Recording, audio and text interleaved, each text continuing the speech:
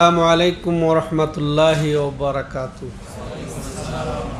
আলহামদুলিল্লাহি রাব্বিল আলামিন ওয়াল আকিবাতুল লিল মুত্তাকিন ওয়াসসালাতু ওয়াসসালামু আলা আশরাফিল আমবিয়াই ওয়াল মুরসালিন নবিয়িনা মুহাম্মদ ওয়া আলা আলিহি ওয়া সাহবিহি ওয়া মান তাবিআহুম বিইহসানিন ইলা ইয়াউমিদ্দিন, আম্মা বা'দ। সম্মানিত দূরের ও কাছের দর্শক ও শ্রোতা মণ্ডলী, আল্লাহ রাব্বুল আলামিনের অশেষ মেহেরবানিতে আমরা দীর্ঘ প্রায় 1.5 মাস পর আবার আমাদের নিয়মিত ক্লাসে উপস্থিত হয়েছি। তো আর এটাও আমরা জানি যে এই ক্লাস রমজানের জন্য ধারাবাহিক যেটা বন্ধ ছিল, আর মাহে মুবারক অতিবাহিত হওয়ার পরে আজকে হচ্ছে 22শে এপ্রিল 2024 এবং 13ই শাওয়াল 1445 হিজরিতে আমরা আবার নবায়ন করছি। তো স্বাভাবিকভাবেই মাহে মুবারক রমজান অতিবাহিত করার পরে আমাদের যে বিষয়টা আলোচনায় এসে যায় সেটা হচ্ছে যে রমজান পেয়ে সে বরকতের মাস, রহমতের মাস, কল্যাণের মাস, সিয়ামের মাস, কিয়ামের মাস, কোরআনের মাস, সব লাইলাতুল কদরের মাস, নেকি অর্জনের বসন্তকাল আমরা পেয়ে অবশ্যই নিজেকে পরিবর্তন করেছিলাম নাকি? তো এই পরিবর্তনের রহস্য কি? কেন আমরা পরিবর্তন হয়েছিলাম? এটা কি দেখা দেখি? এটা কি রমজানে হতে হয়? এটা কি আমরা রমজান কেন্দ্রিক, বা এটা কি আমরা রমজানের ইবাদত করার জন্য করেছি, নাকি আসলে আমরা আমাদের রবের ইবাদত করেছি? এটাই যদি হয় তাহলে অবশ্যই আমরা একমত হব যে রমজানের রবের যেহেতু ইবাদত করেছি, রমজানের আগেও আমাদেরকে ইবাদত করতে হতো। রমজানের পরিবর্তন হয়েছি বেশি ফজিলত পাওয়ার জন্যে, ঠিক আছে, আরও উৎসাহী হই। এটা ট্রেনিং নিয়ে আমরা পরবর্তীতে আমরা কি করব? কন্টিনিউ করব, তাই না? অবিচল থাকব। তো অবিচল থাকা ছাড়া, আমলের ওপরে অবিচল থাকা ছাড়া, দিনের ওপরে অবিচল থাকা ছাড়া আমাদের ঈমান টিকবে না, আমরা মুসলমান থাকতে পারবো না। অতএব আমলের ওপরে অবিচল থাকা, ইসলামের ওপরে অবিচল থাকা, দিনের ওপরে অবিচল থাকা, হিদায়াতের ওপরে অবিচল থাকা, আর ঈমানের ওপরে অবিচল থাকা মানে হচ্ছে যে আমি যা বিশ্বাস করি তার ওপরে অবিচল থাকা, আমি যা বিশ্বাস করি তার আমরা বহিঃপ্রকাশ ঘটাই, মুখ দিয়ে সাক্ষ্যের মাধ্যমে যা প্রকাশ ঘটাই তার উপরে, যা বলবো তার উপরে অবিচল থাকা। অনুরূপভাবে অবিচল থাকা বলতে যা বোঝায় আমলের উপরে অবিচল থাকা। আর এটাও আমরা ইতিপূর্বের অনেক আলোচনায় জেনেছি যে ঈমান হচ্ছে যে ইয়াকিন, দৃঢ় বিশ্বাস, স্বীকৃতির নাম, মন্ত্রের স্বীকৃতি, মৌখিক স্বীকৃতি, এবং উভয় স্বীকৃতির দাবি যে সেটা বাস্তবায়ন করা, তার যে যা অর্থাৎ কাজে পরিণত করা, বাস্তব প্রয়োগ করা মিলে হচ্ছে ঈমান। তো ঈমানের ওপরে যদি অটল থাকা বোঝায় তাইলে অবশ্য আমাদের বিশ্বাসের ওপরে, স্বীকৃতির ওপরে অটল থাকা হবে, সাক্ষ্যের ওপরে অটল থাকা হবে, তেমন কর্মের ওপরেও, আমলের ওপরেও অটল থাকা অপরিহার্য। এতে কোনো নড়চড় করা যাবে না। আমার মন ভালো আছে, বিশ্বাস ঠিক আছে, কিন্তু আমল করব না, এটা হতেই পারে না। অতএব আমল যে রমজানে করেছি আলহামদুলিল্লাহ, ওইটা ভালো করেছি, তো ওই রকম ওই আমলের উপরে আমাদেরকে অবিচল থাকার কোনো বিকল্প নেই, অবিচল থাকতেই হবে, এছাড়া আমাদের ঈমান থাকবে না। অতএব রমজানের সুন্দর দিনগুলা অতিবাহিত হয়ে গেছে। তো আল্লাহ রাব্বুল আলামিন এইভাবে দিন পরিবর্তন করে থাকেন, দিনের পর রাত, রাতের পর আবার দিন, এইভাবে সপ্তাহ অতিবাহিত হয়ে যায়, মাস অতিবাহিত হয়ে যায়, এরপরে বছর অতিবাহিত হয়ে আবার সেই রমজান মাস আসবে, এইভাবে ঘূর্ণায়মান থাকবে। কিন্তু আমরা একদিন থাকবো না, আমরা ছিলাম রমজানে, আর আগামী বছর আবার রমজান কে পাবো তার কোনো গ্যারান্টি নেই, নিশ্চয়তা নেই। অতএব যা আমরা আমল করেছি এই আমলটা যেন কবুল হয়, মঞ্জুর হয়, এই আমলটা যেন কার্যকর হয় আল্লাহর কাছে। ভাইরা, যে আসলে অনেক মানুষের ওপর দিয়ে রমজান বয়ে গেল, তাই না? কিন্তু কয়জন এর সদ্ব্যবহার করতে পেরেছে? হ্যাঁ, অল্প মানুষই রমজানের সদ্ব্যবহার করতে পেরেছে। রমজান পেয়ে তারা ধন্য হতে পেরেছে, বসন্তকাল পেয়ে মাশাআল্লাহ কাজে লাগিয়েছে অল্প সংখ্যক। তাহলে এটা একটা বড় নিয়ামত, সবার দ্বারা হয় নাই। এটা বড় নিয়ামত পাওয়া, আমল করার সুবর্ণ সুযোগ লাভ করা। অনুরূপভাবে যারা আমল করেছে, আবার সবার আমল কি কবুল হবে? হবে না, এটা নিশ্চিত কেউ বলতে পারবো না। হ্যাঁ, যে অবশ্যই যারা মুত্তাকি, যারা প্রকৃত মুত্তাকি ইমানদার, তাদের আমলই আল্লাহ রাব্বুল আলামিন কবুল করবেন। ইন্নামা ইয়াতাকাব্বালুল্লাহু মিনাল মুত্তাকিন, নিশ্চয় আল্লাহ রাব্বুল আলামিন কবুল করবেন আমল কাদের কাছ থেকে? যারা মুত্তাকি, যারা আসলে আল্লাহকে ভয় করে, যারা সৎ আমল করেছি। আল্লাহর ভয়ে যদি আমরা যাবতীয় আল্লাহর নির্দেশনা পালন করে থাকি, তাহলে ওই ভয়টা থাকতে হবে না? হবে না।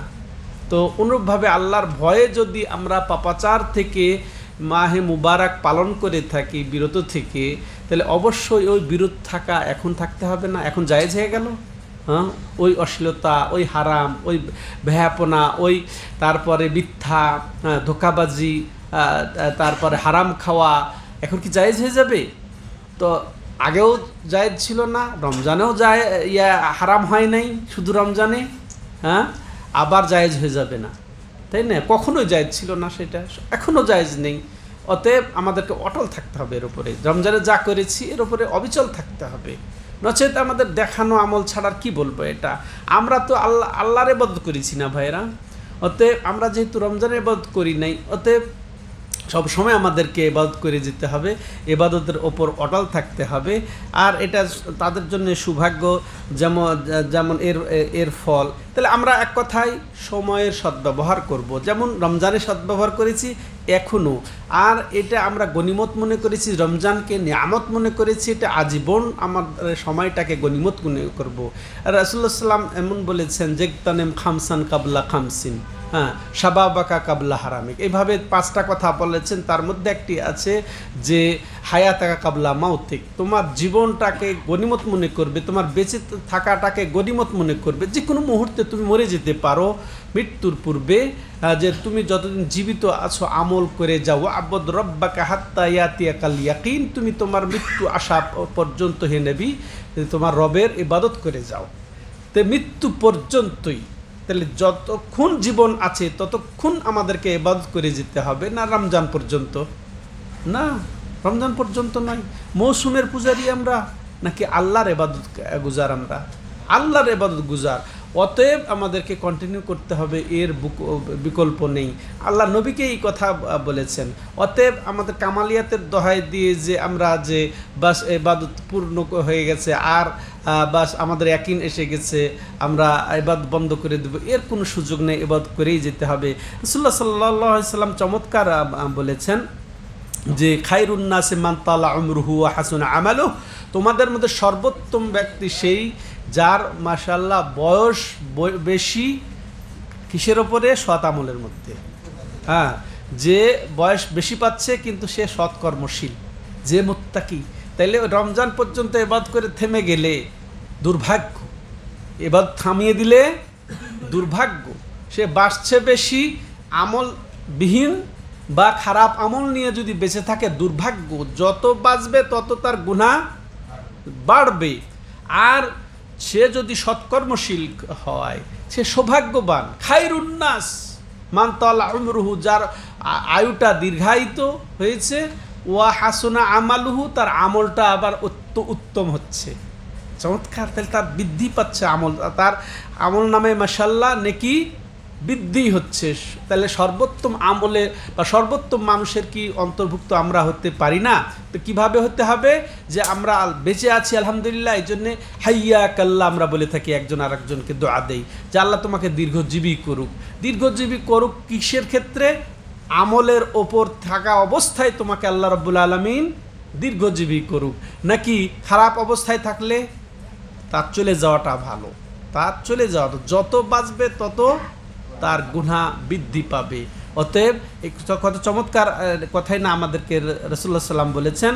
অতএব ভাইরা, যে আমরা যে আমল করে থাকি বিগত জীবনে, বিশেষ করে রমজান অতিবাহিত হয়ে গেল, এই আমলগুলার অবস্থা, নেক আমলের অবস্থা কি সেটা আমরা পরিলক্ষ্য করব এই রমজানের উত্তর অবস্থায়।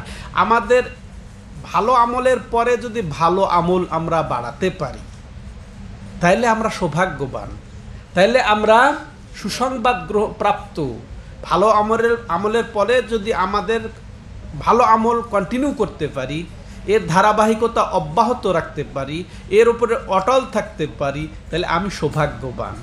কিন্তু এর বিপরীতে যদি খারাপের পরে খারাপই আসে বা ভালোর পরেও যদি খারাপ আসে, তাহলে আমাদেরকে একটু থেমে যেতে হবে। হ্যাঁ, আর খারাপের পরে খারাপ যেন না করি আমরা। হ্যাঁ, আর মিথ্যার উপরে মিথ্যা যেন না বাড়াই, ধোঁকাবাজির ওপরে ধোঁকাবাজি না যেন বাড়াই, হারামের ওপরে যেন হারাম না বাড়াই, অশ্লীলতার উপরে অশ্লীলতা যেন না বাড়াই, তাই না? তা আমাদের যে দুর্ব্যবহারের উপরে আরও দুর্ব্যবহার, মায়ের সাথে, বাবার সাথে, ভাই বোনের সাথে, তারপরে আত্মীয়স্বজনের সাথে, পাড়া প্রতিবেশীর সাথে, বন্ধুবান্ধবের সাথে, মালিকের সাথে, আর যেন খারাপের বদলা আমরা যেন খারাপ না দিই। পরে রাসূলুল্লাহ সাল্লাম বলেছেন যে তাকিল্লাহ হাইথুমা কুন, যেখানেই থাকি না কেন, আমরা রমজানে থাকি আর রমজানের বাইরে থাকি। তো রমজানের বাইরে এখন চলে এসেছি, এখন আমাদের তাকওয়া শেষ হয়ে যাবে না। রাসূলুল্লাহ সাল্লাম কি বলছেন যে ইত্তাকিল্লাহ হাইথুমা কুনতু, যেখানেই থাকো না কেন সেখানেই তোমরা আল্লাহকে ভয় করে চলো। তো রমজানে থাকি আর শাওয়ালে থাকি, আবার শাবানে আসি না কেন, সব সময় আল্লাহকে ভয় করে চলতে হবে। এরপরে কি, ওয়াতবিস সাইয়্যাতাল হাসানাতা তামহুহা, এবং তুমি কি করো, গুনাহ যদি হয়েই যায়, গুনার পরে নেকি করে ফেলো, তাহলে তোমার ওই গুনাহকে মিটিয়ে দিবে ও তোমার ওই নেকিতে। কত চমৎকার প্রেসক্রিপশন। হ্যাঁ, তো আমরা এই গুনার পরে সবচেয়ে বড় নেকি এই ক্ষেত্রে হচ্ছে তওবা করে ফেলো। তওবাটা নাকি আত-তাওবা তাযুব্বু মা ক্বাবলাহা, তোমার এই তওবা কি করবে, তোমার গুনাহকে মিটিয়ে দিবে। আর তাইবু মিনায যামব কামা লা যামবা লা, তো যে গুনাহ থেকে তওবাকারী এমন হয়ে যায় সে যেন গুনাহই করেনি, কিছুই ছিল না, তার সাদা হয়ে যাবে, খাতা তার সাদা হয়ে যাবে। অতএব এটা আমরা করব। ওয়া খালিকিন নাসা বিখুলুকিন হাসান, এবং তোমরা মানুষের সাথে উত্তম ব্যবহার করো, এটাও ইবাদত। হ্যাঁ, তাহলে কন্টিনিউ করতে হবে। এই আমরা রমজানে যে এই যে এটার বাস্তব প্রয়োগ করেছি, যে ফাইন সাব্বাহু আহাদ আও কাতালাহু ফালিয়াকুল ইন্নী ইমরুউন সাইম, যখন তোমাকে কেউ গালি দেবে, কেউ তোমার সাথে লড়াই করবে, তখন তাকে বলো যে আমি সিয়ামরত, আমি তোমার সাথে লড়াই করব না। তো ওটা ট্রেনিং নিয়েছি, তো এখন এটা করবো না কেন, ওটার আমি বাস্তব প্রয়োগ করি। তাহলে ওই দুর্ব্যবহার বাদ দিয়ে আমি ওই যে খালিকিন নাসা বিখুলুকিন হাসান, মানুষের সাথে উত্তম চরিত্রর ব্যবহার, এইটা আমরা প্রয়োগ করব নাকি বলেন ভাইরা?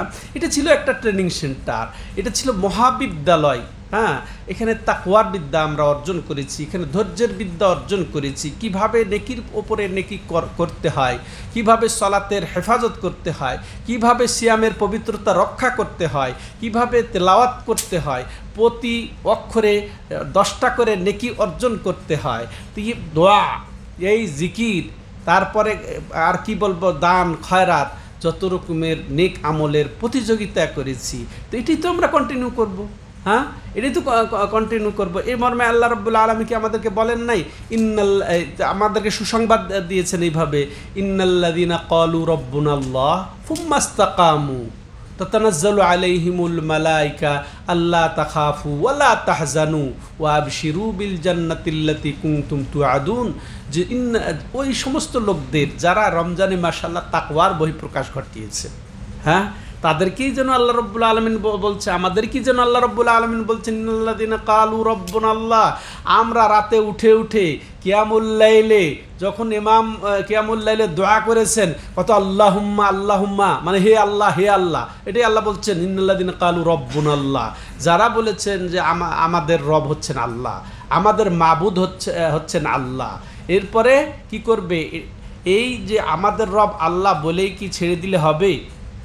আমাদের রব আল্লাহ বললে যে এই যে আশহাদু আল্লা ইলাহা ইল্লাল্লাহ ওয়া আন্না মুহাম্মাদার রাসূলুল্লাহ সাক্ষ্য দিয়ে বসে থাকলে হবে একজন মুসলিম? হ্যাঁ, এটা সে আমাদের রব, আমার রব, মান রাদিয়া বিল্লাহি রব্বা ওবিল ইসলামে দীনা ওবে মুহাম্মাদিন নবিয়া ওয়াজাবাত লাহুল জান্নাহ এমনি হবে যে আল্লাহকে রব হিসেবে পেয়ে খুশি, যে ইসলামকে দিন হিসেবে পেয়ে খুশি, যে মুহাম্মদ সাল্লাল্লাহু আলাইহি সাল্লামকে নবী হিসেবে পেয়ে খুশি, জান্নাত তার জন্যে ওয়াজিব হয়ে যায়।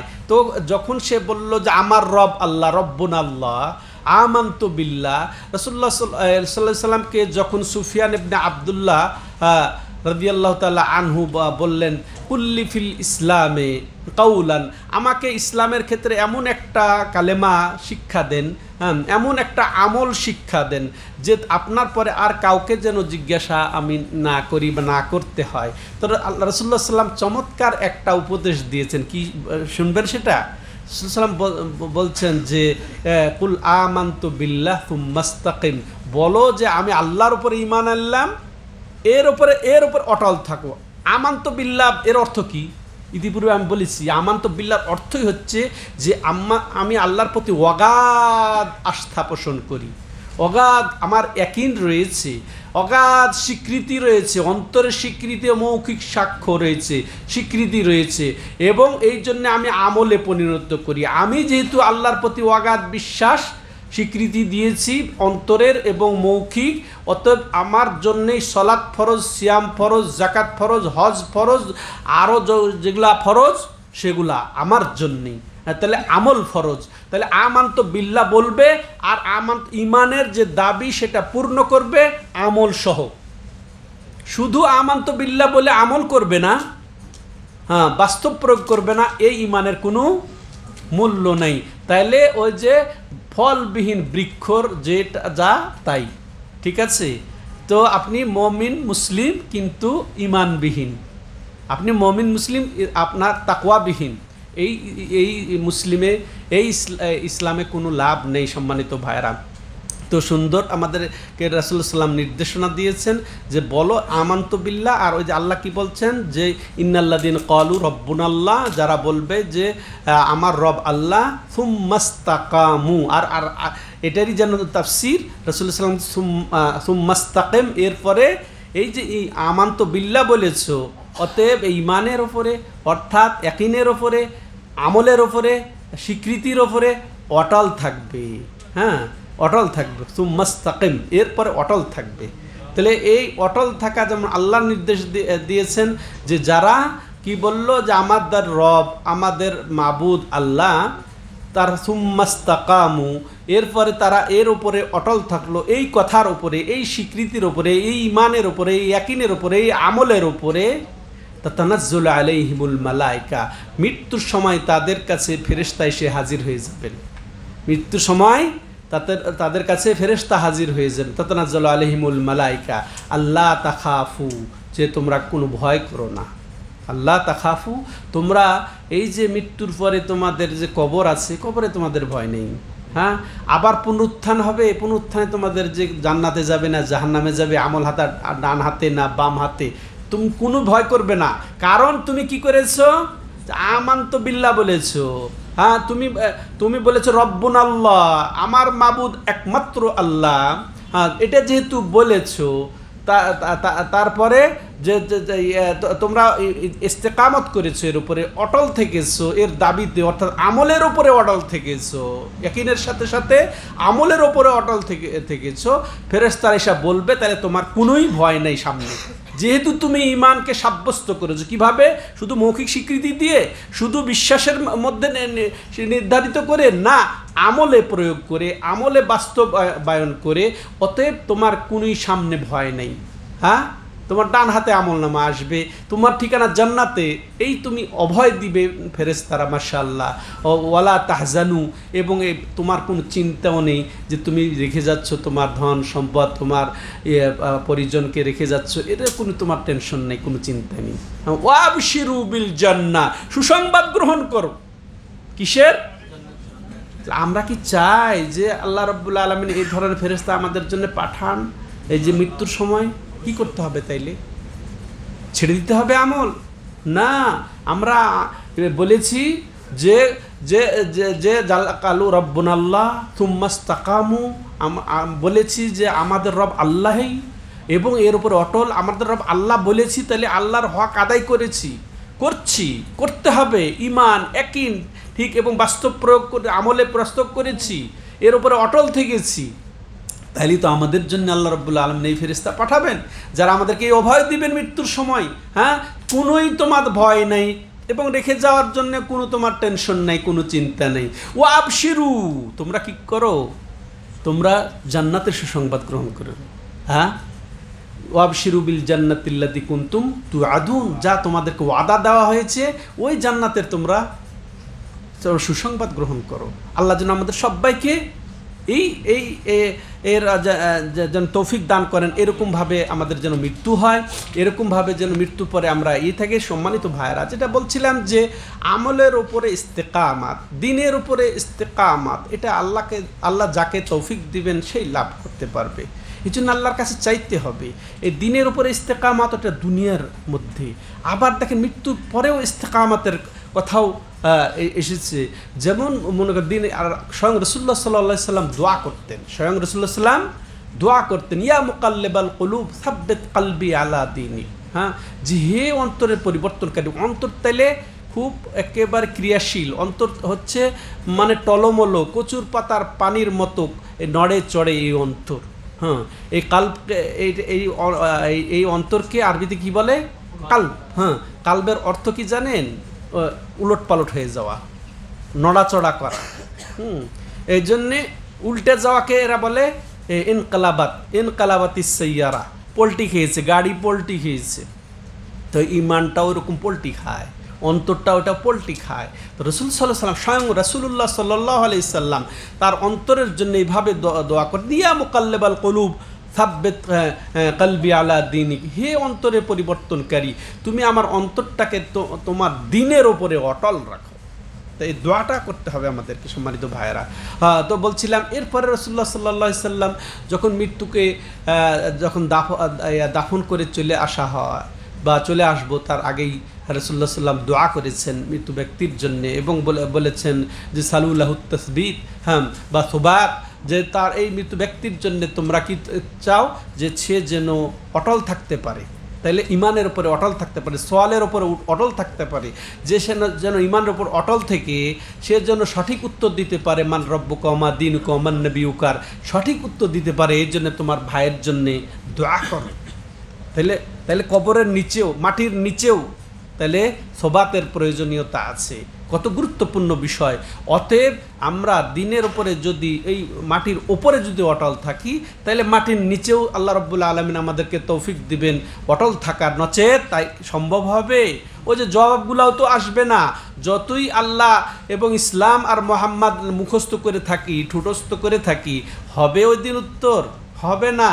অতএব উপরেও আমাদেরকে অটল থাকতে হবে, তাইলে আমরা মাটির নিচে ওই সোবাত থাকতে পারবো, অটল অবিচল থাকতে পারবো, ওই প্রশ্নের সঠিক উত্তর আমরা দিতে পারবো। সম্মানিত উপস্থিতি, অতএব আমরা যেখানেই থাকি না কেন, যে অবস্থায় থাকি না কেন, আমরা যেন দিনের ওপরে থাকি, আমলের ওপরে থাকি, এর ব্যতিক্রম যেন না করি। সম্মানিত দর্শক ও শ্রোতামণ্ডলী, তো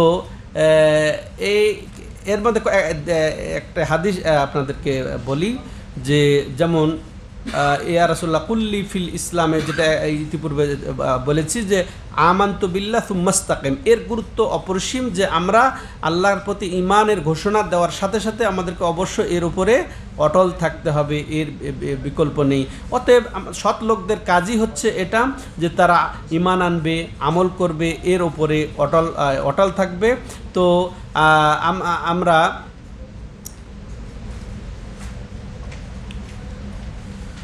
সীমালঙ্ঘন করব না। এটা আব্দুল্লাহ ইবনে মাসউদ রাদিয়াল্লাহু তাআলা আনহু বলছেন যে মানুষকে দুইটা জিনিসে ধ্বংস করে ফেলে। তো সেটা কি? আল কুনুত ওয়াল উজব।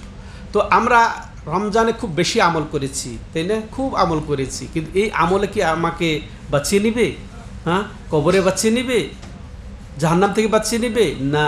আমাদের এখানে দুইটা দিক আছে। এক হচ্ছে নিরাশ হয়ে যাব না, যে আমার মতো পাপী তাপী গুনাহগার কে আল্লাহ রাব্বুল আলামিন মাফ করবেন, এরকম, এটা হচ্ছে নিরাশ হয়ে যাওয়া। এটা হওয়া উচিত হবে না, এটা মুমিন কখনো হতে পারে না এরকম। তেমনইভাবে এটাও আমি বলবো না যে আমি এত পরেজগার, আমি এত দিনদার, 5 ওয়াক্ত নামাজের 1 ওয়াক্ত আমি ছাড়ি না, সুন্নতগুলাও ছাড়ি না, তাহাজ্জুদ পড়ি, প্রতি মাসে কোরআন খতম দেই, উমুক করি তুমুক করি, এই যে ভালো লাগাটা এটাও ভালো না। দুটোই মানুষকে ধ্বংস করে। আব্দুল্লাহ ইবনে মাসউদ রাদিয়াল্লাহু তাআলা আনহু কত চমৎকার বলেছেন। অতএব আমরা সতর্ক হয়ে যাই, বরং আমরা আমলকে ধরে রাখবো। যেমন করে আমরা সুন্দর করে রমজানে আমল সাজিয়েছিলাম, ঠিক ওই সাজানো গোছানোই আমল আমরা আজীবন করে যাব। কারণ আমরা এই কন্টিনিউ করলে হবে কি, এটা উত্তম আমলের অন্তর্ভুক্ত। রাসূলুল্লাহ সাল্লাল্লাহু আলাইহি ওয়াসাল্লাম যেমন বলেছেন, আয়েশা রাদিয়াল্লাহু আনহা যেটা আমাদেরকে পর্যন্ত বর্ণনা করেছেন, আহাব্বুল আমালি ইলাল্লাহি আদওয়ামুহা ওয়া ইন কাল্লা, যে সর্বোত্তম আমল হচ্ছে যে কন্টিনিউ করা, যেটা চলমান রাখবো আমরা, যদিও সেটা কম হোক। যেমন তেলাওয়াত খুব বেশি করেছি একেবারে, প্রতি সপ্তাহে অনেকে খতম করে দিয়েছে, তাই না? প্রতি 10 দিনে খতম দিয়েছে, ভালো। হ্যাঁ, প্রতি মাসে 2 বার খতম দিয়েছে, ভালো। কিন্তু ছেড়ে দিলাম না, এটা ভালো না, বরং কন্টিনিউ রাখতে হবে, এটা চলমান রাখতে হবে। তারাবি পড়েছি, কন্টিনিউ করি, ওটা তাহাজ্জুদ হয়ে যাক না কেন, সমস্যা কি? হ্যাঁ, আমরা 3 রেখাতই পড়ি না কেন রাত্রে উঠে? হ্যাঁ, আমরা 5 রেখাতই পড়ি না কেন রাত্রে উঠে, বেতের সহ? তাহলে আমরা কন্টিনিউ, সেটা কমও হোক না কেন, যেগুলো আমল করব সেগুলো আমরা চালিয়ে যাব। এর মাশাআল্লাহ রমজানে আমরা সলাতকে যথাযথভাবে হেফাজত করেছি, সিয়ামকে যথাযথভাবে হেফাজত করেছি, কিয়াম করেছি, তেলাওয়াত করেছি, দোয়া করেছি, জিকির করেছি। এখন ওটার উপরে অটল থাকতে হবে, অবিচল থাকতে হবে। ওই রকম হলে চলবে না। যেমনটি আল্লাহ রাব্বুল আলামিন উদাহরণ দিয়েছেন এমন বুড়ির কথা, ওয়ালা তাকুনু কাল্লাতি নাকাদাত গাজলাহা মিন বাদি কুওয়াতিন আনকাসা। ওই বুড়ির মতো হো না যে সুন্দর করে চরকায় সুতা কেটে জামা বুনালো, নিজে খুশি হলো, অপরকে খুশি করলো, বিনা কারণে একটা একটা করে সুতা খুলে সে নষ্ট করে দিল হঠাৎ।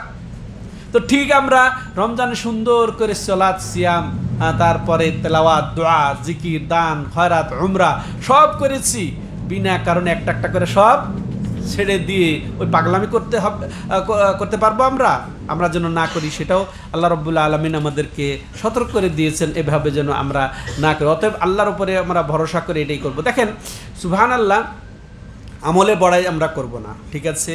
আমল বড়াই না করে আমাদের যতই বড় আমল করি না কেন, আমলকে আমরা তুচ্ছ মনে করব, আমলকে আমরা তুচ্ছ মনে করব। কারণ আমার ওপরে আল্লাহ রাব্বুল আলামিনের যে অনুগ্রহ, হ্যাঁ, যে আল্লাহ দয়া, তো এর বিপরীতে আমি কতটুকু বা কী করেছি। অতএব বড়াই করার এখানে সুযোগ নেই। হ্যাঁ, যেমন ইব্রাহিম আলাইহিস সালাম এখানে দৃষ্টান্ত আমাদের, উনিও আমাদের আদর্শ, মহান আদর্শ।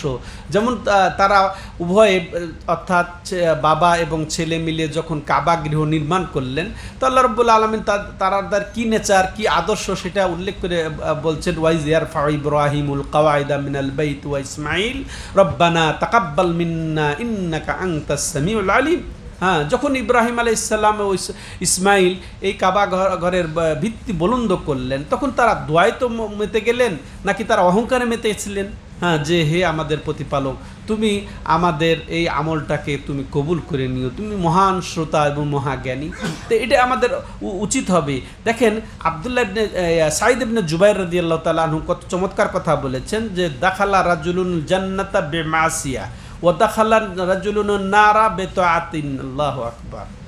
উনি বলছেন, আজকে সাঈদ ইবনে জুবাইর, এক ব্যক্তি গুনাহ করে জান্নাতে গেছে, আর এক ব্যক্তি নেকি করে জাহান্নামে গেছে।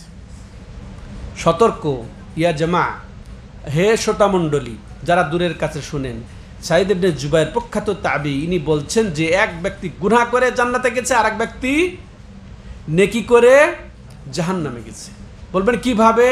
তখন তাকেই জিজ্ঞাসা করা হয় যে কিভাবে? তো তিনি বলছেন, আমেলা রাজুলুন মাসিয়া ফামা জালা খায়ফাম মিন ফিলিহি। এক ব্যক্তি গুনাহ করেছে, কিন্তু সে ভয়ে ভীত ছিল গুনার। অত কথার কথা জেনা করেছে সে, কিন্তু চরম ভয়ে ভীত। হ্যাঁ, যে হাইরে আমি কী করলাম, ভয়ে ভীত ছিল যে আমাকে আল্লাহ ক্ষমা করবেন কি না, হ্যাঁ, আমি কি পরিণতি হবে, এইরকম সে ভয়ে ভীত ছিল সে।